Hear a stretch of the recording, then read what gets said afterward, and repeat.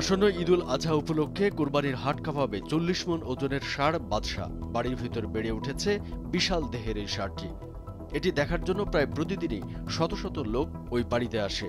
জন্মের পর থেকে ৮ বছর বাড়ির ভিতরে গোয়াল ঘরেই বড় হচ্ছে কালো রঙের ষাঁড়টি।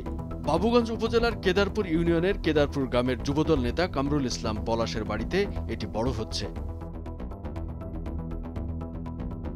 বাদশার দৈর্ঘ্য ১০ ফুট, উচ্চতা ৬ ফুট।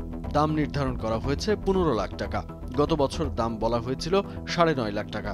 তখন ওজন ছিল ৩২ মণ। দাম প্রত্যাশিত না হওয়ায় গত বছর বিক্রি করা হয়নি। তবে এই অঞ্চলে এটি সবচেয়ে বড় গরু দাবি করেছেন খামারিরা। এই খামারের আরও কয়েকটি গরু ছিল, খরচ কমানোর জন্য সেগুলো বিক্রি করে দিয়েছেন বলে জানান কামরুল ইসলাম। কামরুল ইসলাম পলাশ জানান, তার বাড়িতে থাকা এক গাভী থেকে এই ষাঁড়টির জন্ম। আমি আমার এই গরুটিকে দীর্ঘ ৮ বছর যাবৎ লালন পালন করতেছি। আমি এই গরুটির নাম রেখেছি বরিশালের বাদশা। বর্তমান বাজার অনুযায়ী আমি ১৫ লক্ষ টাকা দাম চাচ্ছি, কিন্তু ১৫ লাখ টাকা যদি দাম হয় ৮ বছরে, কিন্তু আমার তার চেয়েও বেশি অনেক খরচ হয়ে গেছে। তারপরও ৮ বছর যাবৎ এই গরুকে পালি।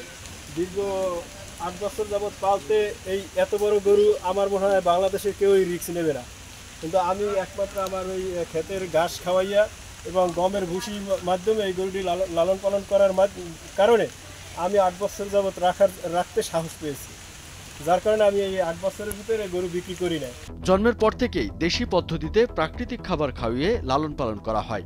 খড়, ঘাস, ছোলা, মসুর ডাল ও ভুসি, ভুট্টার আটা, চাপড়, খুদের ভাত, খোল, ধানের গুঁড়া, চিটা গুঁড়া ছাড়াও দেশীয় খাবার খাওয়ানো হয়।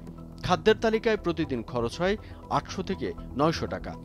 খামারি বলেন, থাকার স্থানে ২৪ ঘন্টায় ইলেকট্রিক ফ্যান দেওয়া হয়েছে। প্রতিদিন ৩-৪ বার গোসল করানো হয়। বর্তমানে বাদশার ওজন প্রায় ৪০ মণ। আমার চাওয়া দাম ১৫ লক্ষ টাকা।